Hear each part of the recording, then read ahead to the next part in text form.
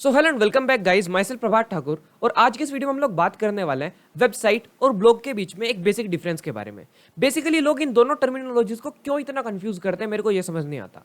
Actual में क्या है कि लोग इन दोनों को एक ही समझते हैं। लोग समझते हैं कि वेबसाइट और ब्लॉग एक ही बात है, कोई उनमें डिफरेंस नहीं है ज़्यादा, और उनको एक ही तरीके से ट्रीट करते हैं। लेकिन दोनों एक दूसरे से बहुत ज़्यादा अपार्ट है और दोनों का अपना अलग अलग मीनिंग है। आज हम लोग इसी वीडियो के अंदर यही चीज़ के बारे में बात करने वाले हैं। तो सबसे पहले हम लोग बात करते हैं, आपको मैं एक बेसिक डिफरेंस बताता हूं जो आपको काफी हेल्प करेगा वेबसाइट और ब्लॉग के बीच में डिफरेंस करने में।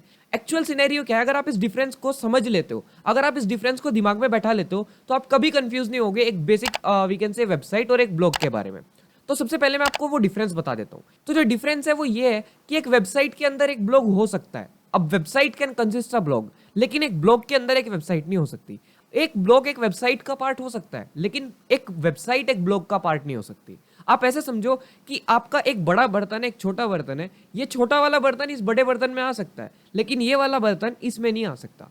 ये एक सिंपल सा लॉजिक है। लाइक जो वेबसाइट है उसका पार्ट हो सकता है ब्लॉग। इसका मैं आपको एक एग्जांपल से समझाता हूँ। एक्चुअल में आपने कभी हबस्पॉट की वेबसाइट अगर विजिट करी हो, अगर नहीं करी है तो आप जाके विजिट कीजिएगा, या फिर कुछ ऐसी और वेबसाइट्स को विजिट कीजिएगा।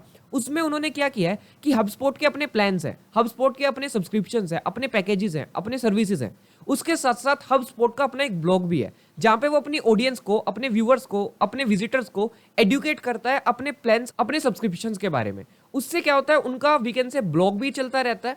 उस ब्लॉग के थ्रू, उन वीकेंड से आर्टिकल्स के थ्रू हबस्पॉट के सर्विसेज भी ज्यादा से ज्यादा सेल होते हैं। तो एक्चुअल में ब्लॉग कर क्या रहा है वहां पे, एक्चुअल में उनका जो ब्लॉग है वो वहां पे उनके सर्विसेज के बारे में लोगों को एडुकेट कर रहा है, लोगों को ज्यादा से ज्यादा बता रहा है, और जिसकी वजह से लोग ज्यादा से ज्यादा उनके प्रोडक्ट्स को खरीद रहे हैं। तो यही सिनेरियो है। इस तरीके से वेबसाइट और ब्लॉग एक साथ में मिलकर भी काम कर सकते हैं। अब हम लोग बात करते हैं टेक्निकल टर्म्स में, कुछ टर्मिनोलॉजीज के थ्रू कुछ की पॉइंट्स देखते हैं जो डिफरेंट है एक वेबसाइट और एक ब्लॉग के बीच में। ठीक है, तो मैं आपको एक अभी टेबल दिखाने जा रहा हूं। उस टेबल में हम लोग कुछ पॉइंट्स डिस्कस करेंगे और उन पॉइंट्स को एक एक करके इलैबोरेट करेंगे। तो ये रहा आपका टेबल। तो इस टेबल के अंदर आप लोग देख सकते हैं, यहाँ पे क्या है, यहाँ पे कुछ पैरामीटर्स मैंने डिफाइन किए हुए हैं। एक यहाँ पे मैंने वीकेंड से ब्लॉग का कॉलम बनाया और एक वेबसाइट का कॉलम बनाया। तो अगर हम यहाँ पे देखें तो यहाँ पे एक डेफिनेशन का कॉलम है। तो सबसे पहले इनकी डेफिनेशन देखते हैं। The blog is usually informal, informative and educative in nature. मतलब आपका जो ब्लॉग होता है वो जनरली एक इन्फॉर्मल होता है, एक ऐसी वीकेंड से एंटिटी होती है जो इन्फॉर्मेटिव होती है, जो लोगों को इन्फॉर्मेशन प्रोवाइड करती है, और एजुकेटिव होता है, मतलब लोगों को एजुकेट करता है अपने बारे में या किसी कंटेंट के बारे में। वेबसाइट जो है वो फॉर्मल भी हो सकती है, वो प्रोफेशनल भी हो सकती है।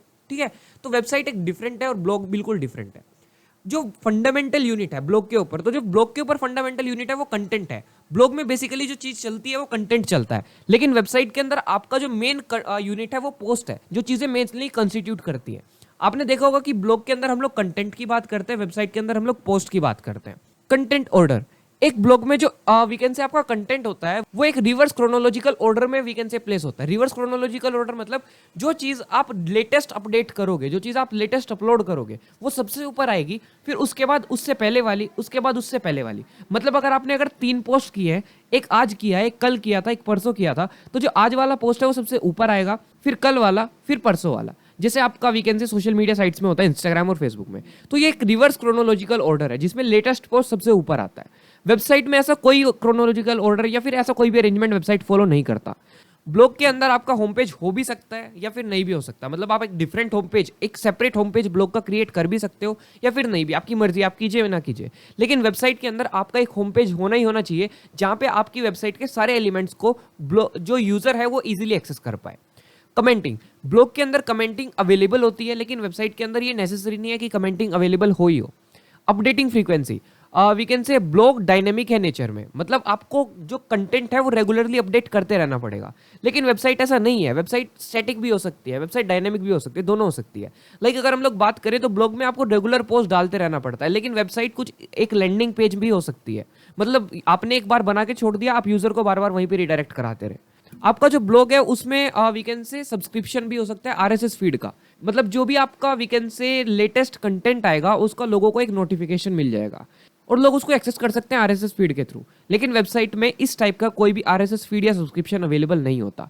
तो ये कुछ बेसिक डिफरेंस थे जो कि हम लोगों ने डिस्कस किए ब्लॉग और वेबसाइट के बारे में। तो आई होप सो आपके सारे डाउट्स क्लियर हो चुके होंगे ब्लॉग और वेबसाइट को लेकर। अब आप इन दोनों टर्म्स में बिल्कुल भी कंफ्यूज नहीं करेंगे और आप इजीली इन दोनों के बीच में डिस्टिंग्विश कर पाएंगे। तो ये था हमारा आज का वीडियो। ऐसे इन्फॉर्मेटिव वीडियोस के लिए बने रहिए हमारे साथ। Thank you so much for watching.